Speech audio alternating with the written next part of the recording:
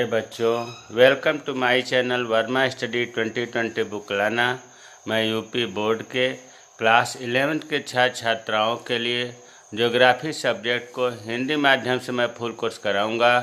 यदि आप full course करना चाहते हैं तो मेरे चैनल को सब्सक्राइब कीजिए और बेल आइकन को प्रेस करना ना भूलें, ताकि जो भी वीडियो मैं अपलोड करूं उसका नोटिफिकेशन आपको सबसे पहले मिल सके। प्यारे बच्चों, भौतिक भूगोल के मूल सिद्धांत पुस्तक में चैप्टर 4 चल रहा था, महासागरों और महाद्वीपों का वितरण। उसमें सब पढ़ा दिया गया। आज हम लोग अभ्यास के प्रश्नोत्तर को हल करेंगे, जो लास्ट में एक्सरसाइज में प्रश्न दिया हुआ है। तो सबसे पहले इसमें है बहुवैकल्पिक प्रश्न। निम्न में से किसने सर्वप्रथम यूरोप, अफ्रीका व अमेरिका के साथ स्थित होने की संभावना व्यक्त की? ये पूछ रहा है कि 4 वैज्ञानिकों के नाम दिया है भूगोल शास्त्रियों के, इनमें से किसने इन महाद्वीप यूरोप, अफ्रीका और अमेरिका को एक साथ स्थित होने की संभावना व्यक्त की? तो इसका उत्तर है अब्राहम आर्टेलियस।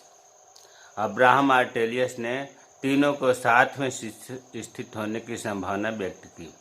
दूसरा है पोलर फ्लीइंग बल, निम्नलिखित में से किससे संबंधित है? इससे पहले आपको पढ़ाया गया है कि जो वैगनर ने महाद्वीपीय विस्थापन सिद्धांत में बताया था कि 2 प्रकार का बल कार्य करता है। एक तो करता है पोलर बल या पोलर फ्लीइंग बल, और दूसरा ज्वारीय बल। तो पोलर बल ये भी बताया गया है कि घूर्णन बल से संबंधित है। तो इसका उत्तर होगा घूर्णन बल या पृथ्वी का घूर्णन से संबंधित है। तीसरा है, इनमें से कौन सी लघु प्लेट नहीं है? प्लेटें जो है 2 तरह की बताई गई हैं। किसमें?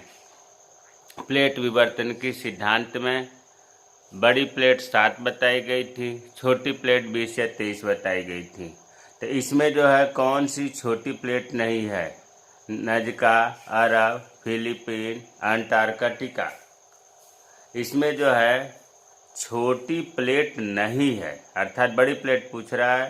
तो नजका छोटी प्लेट है, फिलीपाइन छोटी प्लेट है, अरब छोटी प्लेट, ये जो है नहीं है। अर्थात अंटार्कटिक जो है प्लेट बड़ी प्लेट है।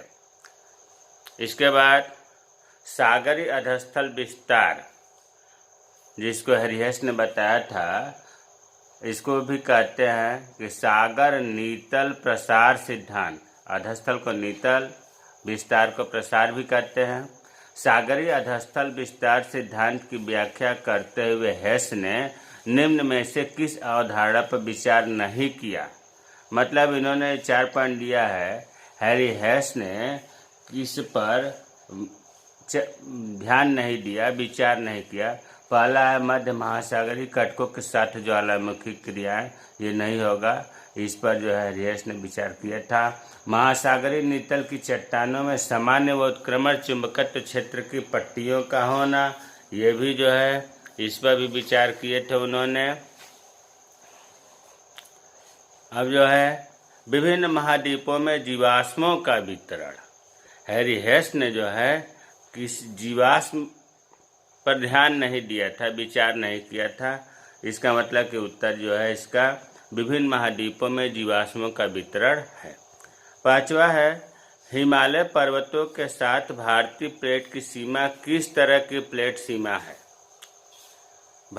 हिमालय पर्वतों के साथ भारतीय प्लेट की सीमा किस तरह की प्लेट की सीमा है? तो देखिए, महाद्वीपीय और महाद्वीपीय अभिसारी बल, जिसको अभिसारी सीमा भी कहते हैं, अभिसारी बल के द्वारा ही वलित पर्वत का निर्माण होता है। और हिमालय पर्वत का जो निर्माण है वो एशियाई प्लेट और यूरेशियाई प्लेट के बीच में तटीय सागर हो गया, इनके दबाव से निर्माण हुआ। तो इसका उत्तर होगा महाद्वीपीय अभिसरण। अब है निम्नलिखित प्रश्नों के उत्तर लगभग 30 शब्दों में कीजिए। तो इसके लिए आते हैं, पहला प्रश्न हो गया बहुविकल्पी प्रश्न। अब दूसरा है महाद्वीपों के प्रवाह के लिए वैगनर ने किन बलों का उल्लेख किया? तो महाद्वीपीय प्रवाह कहिए, महाद्वीपीय प्रवाह सिद्धांत या महाद्वीपीय विस्थापन सिद्धांत एक ही चीज़ है। वैगनर ने 2 बल का प्रयोग किया था, पोलर या ध्रुवीय फ्लीइंग बल और दूसरा ज्वारीय बल। पोलर या ध्रुवीय फ्लीइंग बल, यह बल पृथ्वी के घूर्णन से संबंधित है। पृथ्वी की आकृति संपूर्ण गोले की तरह नहीं होती है, यह भूमध्य रेखा पर चौड़ी होती है, उभरी हुई होती है, जबकि ध्रुवों पर चपटी होती है। ऐसा घूर्णन के कारण पोलर बल के कारण होता है। दूसरा है ज्वारीय बल। यह बल सूर्य व चंद्रमा के आकर्षण से संबंधित है। इसी से ज्वार भाटा महासागर में आता है इसी बल के कारण। तो वैगनर ने 2 प्रकार का बल बताया था, पोलर या ध्रुवीय फ्लीइंग बल और दूसरा ज्वारीय बल। अब लेकिन ये वैगनर के बाद जो अन्य आने वाले समय में रहा, ये दोनों बल वैज्ञानिकों ने, भूगोल शास्त्रियों ने नहीं माना। जबकि वैगनर का कहना था कि पोलर बल और ज्वारीय बल के कारण ही महाद्वीपों में विस्थापन होता है धीरे धीरे करोड़ों वर्षों में। अगला प्रश्न है, मेंटल के संवहन धाराओं के आरंभ होने और बने रहने के क्या कारण है? देखिए, पृथ्वी बहुत बढ़िया से पहले बताया गया है कि मेंटल में संवहन धारा सिद्धांत नीचे लिखा भी है, पहले से पढ़ लेते हैं। 1930 के दशक में, मतलब 28-29 में आर्थर होम्स ने महाद्वीपीय विस्थापन सिद्धांत के लिए सक्रिय संवहन धाराओं का उल्लेख किया, जिसे संवहन धारा सिद्धांत कहते हैं। बहुत महत्वपूर्ण है। आर्थर होम्स ने ही संवहन धारा सिद्धांत बताया कि इसी संवहन धारा के कारण महाद्वीपीय विस्थापन, महाद्वीपीय प्लेटों में खिसकाव होता है। महाद्वीप एक स्थान से दूसरे स्थान पर सरकते हैं, प्लेटों में नहीं। ये जो है संवहन धारा के कारण ही महाद्वीपीय विस्थापन होता है। वो अलग बात है कि संवहन धारा के कारण ही प्लेटों में खिसकाव होता है। संवहन धाराएं रेडियो एक्टिव तत्वों से ताप भिन्नता के कारण मेंटल में उत्पन्न होती है। ये धाराएं रेडियो एक्टिव तत्वों की उपलब्धता के कारण ही मेंटल में बनी रहती है तथा इन्हीं तत्वों से संबंधित धाराएं आरंभ होकर चक्रीय रूप से प्रवाहित रहती है। देखिए, इस तरह से तो याद होगा नहीं, इनको चित्र के माध्यम से समझ लेते हैं, फिर इसी तरह से अच्छी तरह से व्याख्या हो जाता है। ये हमने 2 गोला पहले से बना रखा है। ये मान लिया अंदर पृथ्वी का आंतरिक केंद्र है, जिसको कहते हैं कोर। क्या कहते हैं? कोर। और कोर जो है, इससे पहले आपको बताया गया है। चलिए देखिए, पहले मैं थोड़ा सा अलग से दिखा देता हूँ। ये पृथ्वी का आंतरिक भाग है कोर। आपको पता है कि कोर इतना गर्म है कि यहाँ पर दबाव ज़्यादा है, तापमान ज़्यादा है। और अब आप कह सकते दबाव कैसे ज़्यादा है? अरे भाई, पृथ्वी पर पहले आबादी मान लीजिए कि कुछ लाख थी, अब करोड़ में है, तो पृथ्वी पर दबाव नहीं बढ़ा? तो आप कहेंगे हाँ, दबाव बढ़ा। और ये सबसे ज़्यादा गर्म आंतरिक भाग गर्म है, तो ये तापमान भी ज़्यादा है। और तापमान जब ज़्यादा है तो ऊष्मा भी ज़्यादा है। अब यहाँ कोर के चारों ओर जो है रेडियो एक्टिव पदार्थ जमे हुए हैं। क्या हमने बताया? रेडियो एक्टिव या रिएक्टिव की हिंदी सक्रिय पदार्थ। इस रेडियो सक्रिय पदार्थ में यूरेनियम है, थोरियम है, कैडमियम है। अब जो है इस चित्र में भी यहाँ तक आपको दोनों साथ साथ चल रहे हैं। यहाँ पर अभी हमने बताया कि रेडियो एक्टिव पदार्थ जमा हुआ है। क्या बताया? रेडियो एक्टिव पदार्थ। अब जो है जब गर्म है तो रेडियो एक्टिव पदार्थ का विघटन होता है, और ऊपर हमने मान लिया कि यह भूपर्पटी है। भूपर्पटी ऊपरी परत जिस पर हम आप हैं। अब जो है रेडियो एक्टिव पदार्थ का जब विघटन होता है टेम्परेचर के कारण, तो इससे जो है चारों ओर ऊष्मा निकलती है। चारों ओर ऊष्मा निकलती है। और कोर के ऊपर मेंटल होता है। मेंटल भी आपको 2 भागों में बताया गया है। ऊपरी मेंटल, ऊपरी मेंटल और ये निचली मेंटल। ये पहले बताया जा चुका है, फिर भी ध्यान दें। ऊपरी मेंटल, निचली मेंटल। जब इस रेडियो पदार्थ की विघटन होता है तो इससे जो ऊष्मा निकलती है, जैसे ही ये मेंटल में जाती है, विशेष तौर से ऊपरी मेंटल में, ऊपरी मेंटल का एक और नाम है क्या? दुर्बलता मंडल, एस्थेनोस्फेयर। तो जैसे ही ये जाती है ऊर्जा, इस संवहन धाराओं में बदल जाती है। क्यों बदलती है? क्योंकि मेंटल में, विशेष तौर से ऊपरी मेंटल को याद करें तो ज़्यादा बढ़िया है, तापीय भिन्नता है, ताप में विषमता है। इसके कारण जो कोर से रेडियोएक्टिव पदार्थ के कारण जो ऊर्जा निकली थी वो संवहन धारा में बदल गई, और ये संवहन धारा जो है भूपटल से टकराती है। इतना इसमें भी चित्र बना लें। संवहन धारा जो है ये निकल करके और चारों ओर भूपटल से टकराती हैं। यहाँ तक समझ में आ गया होगा। अब भूपटल से जब टकराती है तो तोड़ करके निकल गई तो ठीक है, ज्वालामुखी का निर्माण हुआ।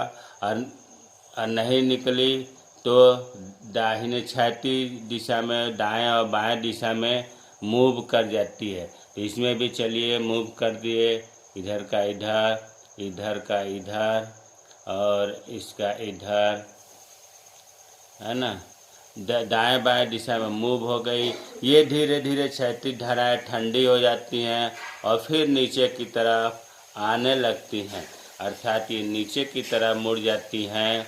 मेंटल में आप देख रहे हैं कि जो संवहनी धाराएं थी ये रेडियो एक्टिव पदार्थ के कारण उत्पन्न हुई। रेडियो एक्टिव पदार्थ से ही प्रश्न में लिखा ना, संवहन धाराओं का आरंभ होने से। तो संवहन धाराओं की उत्पत्ति कैसे हुई? अब इसमें देख लो, रेडियो एक्टिव तत्वों से ताप भिन्नता के कारण मेंटल में उत्पन्न हुई, और ये धाराएं रेडियो एक्टिव तत्वों की उपलब्धता के कारण ही मेंटल में बनी रहती है। मतलब ये चक्रीय अवस्था में यहाँ से शुरू होकर गई, फिर दाएं बाएं ठंडा होकर के फिर नीचे आ गई। इस प्रकार ये संवहन धाराएं रेडियो एक्टिव तत्वों से प्रारंभ होती हैं और चक्रीय रूप से मेंटल में ही प्रवाहित होती रहती हैं। तो हमें उम्मीद है कि आपको प्रश्न बहुत अच्छे से समझ में आ गया होगा। अब अगला प्रश्न है, प्लेट की रूपांतर सीमा, अभिसरण सीमा और अपसारी सीमा में मुख्य अंतर क्या है? अपसारी सीमा मतलब प्लेटों की जो गति होती है वो 3 तरह की होती है, रूपांतरण सीमा, अभिसरण सीमा, अपसारी सीमा। इनमें यह अंतर पूछ रहा है। इस अंतर को समझने के लिए आप जो है वीडियो 22 देखें, 21-22, उसमें बहुत अच्छे से बताया गया है। फिर भी देखिए, हमने 3 कॉलम बना लिया, रूपांतर सीमा, अभिसरण सीमा और अपसारी सीमा। रूपांतर सीमा, पहले तो अंतर इनकी गति से बताते हैं। रूपांतर सीमा में आपको बताया गया है कि ये 2 प्लेट है, मान लो ये प्लेट ए है, ये प्लेट बी है। तो ये जो है एक विपरीत इधर, एक दूसरे दिशा में जाएगी, दूसरी उसकी विपरीत दिशा में जाएगी, और बीच में रगड़ती है, घर्षण से बल होता है, अर्थात जो है ये क्षैतिज दिशा में सरकती हैं। तो वही चीज़ है, प्लेट एक दूसरे के साथ साथ क्षैतिज दिशा में सरक जाती हैं। अभिसरण सीमा में क्या होता है कि प्लेटें पास पास आती हैं। अगर ये प्लेट है, ये बी है, तो ये दोनों पास पास आती हैं, विपरीत दिशा में जाती है। अपसारी सीमा में विपरीत दिशा में जाती हैं। पहले एक ही प्लेट थी, बीच में दरार पड़ा, फिर विपरीत दिशा में जाने का गैपिंग हो गया। दूसरा अंतर यह होता है रूपांतर सीमा में कि जब ये प्लेटें क्षैतिज दिशा में सरकती हैं तो परपट्टी का न तो निर्माण होता है कोई नया और न ही विनाश होता है। हाँ, इतना जरूर है कि किनारों पर टूट फूट होता है प्लेटों का। प्लेटें जब ये अभिसरण सीमा या अभिसरण गति के द्वारा पास में आती हैं तो भारी प्लेटें नीचे की तरफ धंस जाती हैं, ऊपरी प्लेटें हल्की होकर के ऊपर उठती हैं। तो जो नीचे जा धंसती हैं वो गर्म पर, मैग्मा नीचे गर्म है, टेम्परेचर ज़्यादा है तो उनका पिघल जाते हैं, अर्थात परपट्टी का विनाश होता है। और ऊपर जो है वलित पर्वत का निर्माण होता है, बताया जा चुका है। इसके लिए आप पिछला वीडियो देखें आई बटन को क्लिक करके। अपसारी सीमा में जब विपरीत दिशा में जाती हैं तो बीच में मैग्मा आता है। मैग्मा जो है जम जाता है, जिससे पर्वत का निर्माण होता है। तो दो अंतर तो मुख्य है, और भी अंतर आप कर सकते हैं कि रूपांतर सीमा में वलित पर्वत का निर्माण नहीं होता है, अभिसरण सीमा में होता है, और अपसारी सीमा भी नहीं होता है। और चौथा अंतर ये भी कह सकते हैं कि रूपांतर सीमा में पठार का निर्माण नहीं होता है, अभिसरण सीमा में नहीं होता है, अपसारी सीमा में पठार का निर्माण होता है। उसी तरह से भूकंपीय क्रियाओं का, ज्वालामुखी क्रियाओं का भी अंतर कर सकते हैं। तो रूपांतर सीमा, अभिसरण सीमा और अपसारी सीमा में अंतर समझ में आ गया होगा। अब है अगला प्रश्न कि दक्कन ट्रैप के निर्माण के दौरान भारतीय स्थलखंड की स्थिति क्या थी। दक्कन ट्रैप का निर्माण महाराष्ट्र में एक प्रकार से पठार है। ये कह रहा है कि जब उसका निर्माण हुआ तो भारतीय स्थलखंड, मतलब स्थलखंड का अर्थ यहाँ प्लेट से है, भारतीय प्लेट, इंडियन प्लेट की स्थिति क्या थी। तो देखिए, एक प्रकार की घटना है। 14 करोड़ वर्ष पहले भारतीय प्लेट, जिसको इंडियन प्लेट कहते हैं, सुदूर दक्षिण में 50 अंश दक्षिणी स्थान पर स्थित था। बहुत पहले की, 14 करोड़ वर्ष पहले की बात है कि जो भारतीय प्लेट था, उत्तरी गोलार्ध और दक्षिणी गोलार्ध में, दक्षिणी गोलार्ध की बात हो रही है, दक्षिण में 50 अंश दक्षिणी पर अक्षांश पर स्थित था, दक्षिणी गोलार्ध में। और ये भारतीय प्लेट और यूरेशियन प्लेट को टेथीस सागर अलग करता था। टेथीस सागर जो है आज हिमालय पर्वत जहाँ है, उससे पहले टेथीस सागर था। तो भारतीय प्लेट और यूरेशियन के प्लेट में टेथीस सागर था, और तिब्बती प्लेट एशियाई प्लेट के करीब था। जो तिब्बती प्लेट है एशियाई प्लेट के नज़दीक था। अब भारतीय प्लेट एशियाई प्लेट की तरफ स्थापन करने लगा, प्रवाह करने लगा, तो उस समय बहुत बड़ी घटना घटी। वह थी कि लावा प्रवाह हुआ उस समय, तो दक्कन ट्रैप का निर्माण हो गया। यहाँ ये बहुत महत्वपूर्ण पॉइंट है। भारतीय प्लेट के एशियाई प्लेट की तरफ प्रवाह मतलब स्थापन के दौरान एक घटना घटी। वो क्या घटी? लावा प्रवाह से दक्कन ट्रैप का निर्माण हुआ। अब प्यारे बच्चों, ये जो घटना घटी आज से 6 करोड़ वर्ष पहले हुआ था। 14 करोड़ वर्ष पहले मत लिखिएगा, 14 करोड़ वर्ष पहले तो ये आपको लिखना है कि भारतीय प्लेट 50 अंश दक्षिणी अक्षांश पर था। लेकिन आज से 6 करोड़ वर्ष पहले ये घटना घटी थी, जो भारतीय प्लेट एशियाई प्लेट की तरफ खिसकने लगा, जिससे लावा प्रवाह हुआ और उससे दक्कन ट्रैप का निर्माण हुआ। भारतीय प्लेट दक्कन ट्रैप निर्माण के समय भूमध्य रेखा के निकट स्थित था। बीच में भूमध्य रेखा है, इसके करीब नज़दीक भारतीय प्लेट था। तो हमें उम्मीद है कि दक्कन ट्रैप का निर्माण को आप समझने के लिए एक आप चित्र बना लें और उसमें संबोधित करें। भारतीय प्लेट है, यूरेशियन प्लेट है, तिब्बती प्लेट है, और उनको इसके अनुसार समझ लें, याद हो जाएगा। प्रश्न तीसरा है, महाद्वीपीय विस्थापन सिद्धांत के पक्ष में दिए गए प्रमाणों का वर्णन करें। प्रश्न तीसरा, देखो हमने यहाँ लिख दिया है, वीडियो 17 देखें। पूरा वीडियो ही जो है महाद्वीपीय विस्थापन सिद्धांत के पक्ष में जो प्रमाण है, वीडियो 17 ही इस पर बनाया गया है स्पेशल। फिर भी यहाँ हम हेडिंग चर्चा कर देते हैं कि जो पहला तो प्रमाण ये है कि महाद्वीपीय विस्थापन सिद्धांत होता है या हुआ है। तो पहला यह है महाद्वीपों में साम्य। इसका मतलब ये हुआ कि जो सभी महाद्वीप हैं वो पहले मिले हुए थे। वैसे भी वैज्ञानिक बताए थे कि सभी महाद्वीप एक स्थलखंड से जुड़े हुए, जिन्हें पेंडिया कहा जाता है। तो इन्होंने सिद्ध करके बताया कि जैसे दक्षिण अमेरिका और अफ्रीका को मिलाया जाए या उत्तरी अमेरिका यूरोप को मिलाया जाए, तो ये अपने आप में फिट हो जाती हैं। जिग्सा फिट मतलब अपने आप में पूरा बढ़िया से मिल जाती हैं। इससे ये सिद्ध होता है कि कालांतर में ये एक जैसी एक थी। ये विस्थापन के बाद वर्तमान स्थिति हुई है। दूसरा था महासागरों के पार चट्टानों की आयु में समानता। महासागर बीच में जो अटलांटिक महासागर है, उसके एक साइड में पुराने शैल ब्राज़ील का है, ब्राज़ीलिया जिसको बोलते हैं, पुराना जो चट्टान है ब्राज़ीलिया या ब्राज़ोलाइट, और दूसरे तरफ जो अफ्रीका, मेडागास्कर, ऑस्ट्रेलिया है।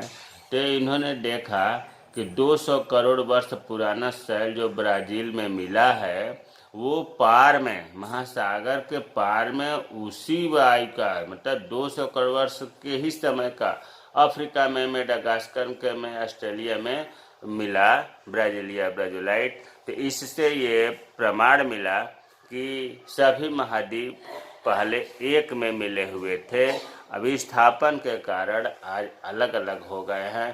तभी तो जो ब्राज़ील में पुराना शैल मिला उतने ही पुराना लगभग अन्य महाद्वीपों में भी मिला।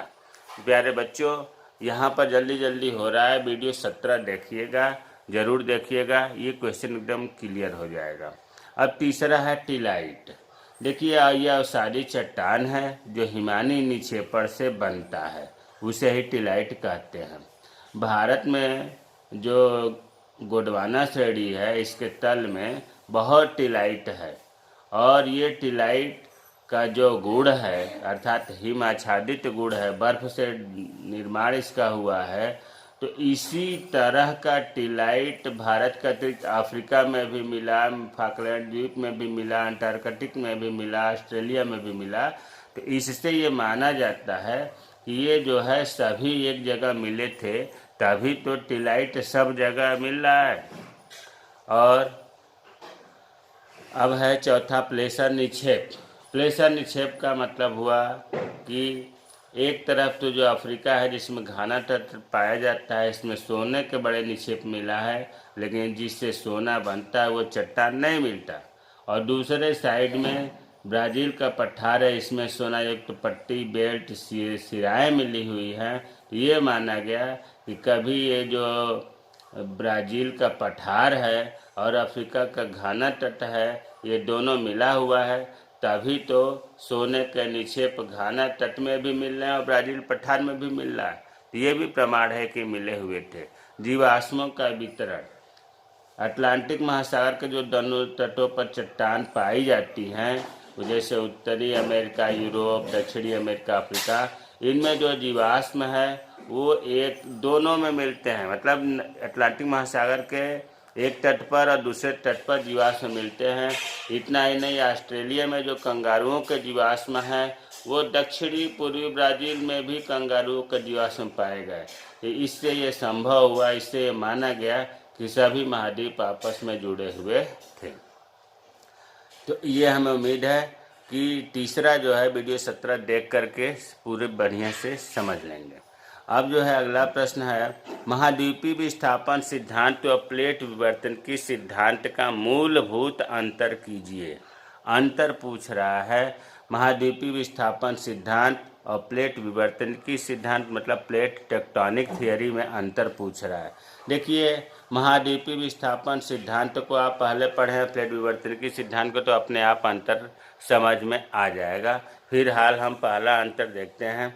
महाद्वीपीय विस्थापन सिद्धांत जो है अल्फ्रेड वेगनर ने 1912 में प्रतिपादित किया था, जबकि प्लेट टेक्टोनिक थियरी को 3 मैकेंजी, पार्कर और मॉर्गन ने 1967 में पारित किया था। महाद्वीपीय विस्थापन सिद्धांत में ये बताया गया, वेगनर ने बताया कि यह सिद्धांत जो है महाद्वीप और महासागरों की उत्पत्ति और वितरण से संबंधित है। और प्लेट विवर्तन की सिद्धांत में बताया गया कि महाद्वीप और महासागर की उत्पत्ति की तो बात हो रही है, बल्कि सभी प्रकार की जितनी भी भूगर्भीय घटनाएं होती हैं सभी प्लेट टेक्टोनिक थ्योरी से पता चलता है। महाद्वीपों का, महासागरों का, पर्वत का निर्माण कैसे हुआ, भूकंप, ज्वालामुखी की उत्पत्ति कैसे, मतलब जितनी भी भूगर्भीय घटनाएं हैं पृथ्वी के अंदर होने वाली हैं सभी प्लेट टेक्टोनिक थियरी से पता चलता है। जबकि महाद्वीपीय विस्थापन सिद्धांत से केवल महाद्वीप और महासागरों के उत्पत्ति वितरण के बारे में पता चलता है। तीसरा अंतर जो बहुत महत्वपूर्ण है, महाद्वीपीय विस्थापन सिद्धांत के अनुसार आपको पता है कि सभी महाद्वीप आपस में जुड़े हुए थे, जिसे पेंजिया कहा जाता है। जबकि प्लेट टेक्टोनिक थ्योरी के सिद्धांत के अनुसार महाद्वीप या महासागर अनियमित आकार के बहुत बड़े बड़े स्थलखंडों से बना हुआ है, जिन्हें हम प्लेट कहते हैं। प्लेट से ही प्लेट विवर्तन की थियरी के अनुसार प्लेट के कारण ही महाद्वीपों का, महासागरों का निर्माण है। चौथा, महाद्वीपीय विस्थापन सिद्धांत में 20 करोड़ वर्ष पहले जो पेंजिया, जो सभी महाद्वीप मिलकर के एक स्थलखंड था, जुड़े हुए थे, इनका विघटन हुआ, विभाजन हुआ और ये 2 बड़े महाद्वीप खंडों में बट गया। उत्तरी भाग को अंगारा लैंड या लारेशिया भी कहते हैं और दक्षिणी भाग को गोंडवाना लैंड कहते हैं। ये 20 करोड़ वर्ष पहले घटना घटी, जबकि प्लेट टेक्टोनिक थियरी में ये प्लेटों से अर्थात बड़ी प्लेटें 7 और छोटी प्लेटें 20 या 23 हैं। पांचवा है महाद्वीपीय विस्थापन सिद्धांत में, इस सिद्धांत के अनुसार महाद्वीपों के वहन का कारण, वहन का मतलब विस्थापन, प्रवाह के गति के कारण ध्रुवीय बल और ज्वारीय बल है। 2 प्रकार का बल वेगनर ने बताया था। ध्रुवीय बल जो घर्षण बल, घूर्णन बल के कारण होता है, और ज्वारीय बल सूर्य चंद्रमा के आकर्षण शक्ति के कारण संबंधित है। इन 2 बलों के कारण महाद्वीपीय विस्थापन होता है। जबकि प्लेट टेक्टोनिक थियरी में ये बताया गया है कि इसमें प्लेटें जो है दुर्बलता मंडल पर, स्टेनोस्फीयर पर या मेंटल के ऊपरी परत पर तैरती रहती हैं और क्षैतिज अवस्था में ये गति करती हैं, चलायमान है, धीरे धीरे सरकती हैं। ये जो है मेंटल में उत्पन्न संवहनी धाराओं के कारण उत्पन्न होती हैं। संवहनी धाराओं के कारण ही प्लेटें क्षैतिज अवस्था में चलायमान होती हैं। अगला प्रश्न है, लास्ट प्रश्न, महाद्वीपीय प्रवाह सिद्धांत के उपरांत की प्रमुख खोज क्या है? महाद्वीपीय प्रवाह सिद्धांत के उपरांत की प्रमुख खोज क्या है जिससे वैज्ञानिकों ने महासागर और महाद्वीपीय वितरण के अध्ययन में पुनः रुचि ली? प्यारे बच्चों, ये लॉन्ग क्वेश्चन है, फिर भी यहाँ थोड़ा सा हिंट दे दिए हैं, पूरा उत्तर इसमें आपको नहीं मिलेगा। देखिए, महाद्वीपीय प्रवाह सिद्धांत जो है अल्फ्रेड वेगनर ने 1912 में दिया। वेगनर तो अब आपको रट जाना चाहिए, 1912 में महाद्वीपीय विस्थापन सिद्धांत दिया। इसके बाद जो है 2 घटनाएं घटे 1961 में और 1967 में। 1961 में हैरी हेस ने सागरीय अधस्थल का विस्तार, जिसको दूसरा कहते हैं, नाम है सागरीय नीतल प्रसार सिद्धांत, दिया हैरी हेस ने 1961 में दिया। देखो, 1912 से 1961 में बहुत अंतराल है, इस बीच काफ़ी चेंजिंग हुआ। हैरी हेस ने जब सागरीय नीतल प्रसार सिद्धांत दिया, इनके इसी सिद्धांत के अनुसार तो महासागरों में पर्पटी का निर्माण होता है, दूसरी तरफ महासागरीय गर्तों में इसका विनाश होता है।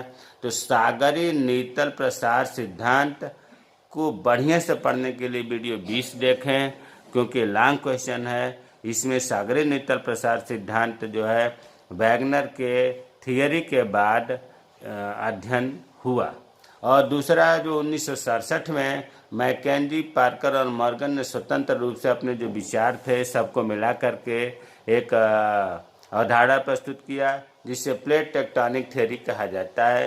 प्लेट टेक्टोनिक थ्योरी के अनुसार ही प्लेटों द्वारा ही महाद्वीपों और महासागरों का वितरण, निर्माण, अन्य भूकंपीय घटनाएं जैसे भूकंपीय क्रियाएं, ज्वालामुखी क्रियाएं, वलय पर्वत का निर्माण, पठार का निर्माण, सब प्लेट टेक्टोनिक थ्योरी के द्वारा ही जानकारी हुई। तो हमारे कहने का मतलब यह है कि इस क्वेश्चन में सागरीय नीतल प्रसार सिद्धांत और प्लेट विवर्तन की सिद्धांत को पूरा बढ़िया से लिखा जाएगा। प्लेट विवर्तन के सिद्धांत वीडियो 21 और 22 में मिलेगा, जबकि सागरीय नीतल प्रसार सिद्धांत वीडियो 20 में मिलेगा। आई बटन को क्लिक करके या स्क्रीन पर मैं दिया हूँ, इन्हें ज़रूर देखें, तब इसका क्वेश्चन कंप्लीट होगा। मुझे उम्मीद है कि इस पाठ का अभ्यास के जो प्रश्नोत्तर थे बहुत अच्छे से समझ में आया होगा। अगर कोई चीज़ नहीं समझ में आया है तो आप कमेंट बॉक्स में कमेंट करें, मैं रिप्लाई करूँगा। मेरे चैनल को सब्सक्राइब कीजिए। जय हिंद, जय भारत।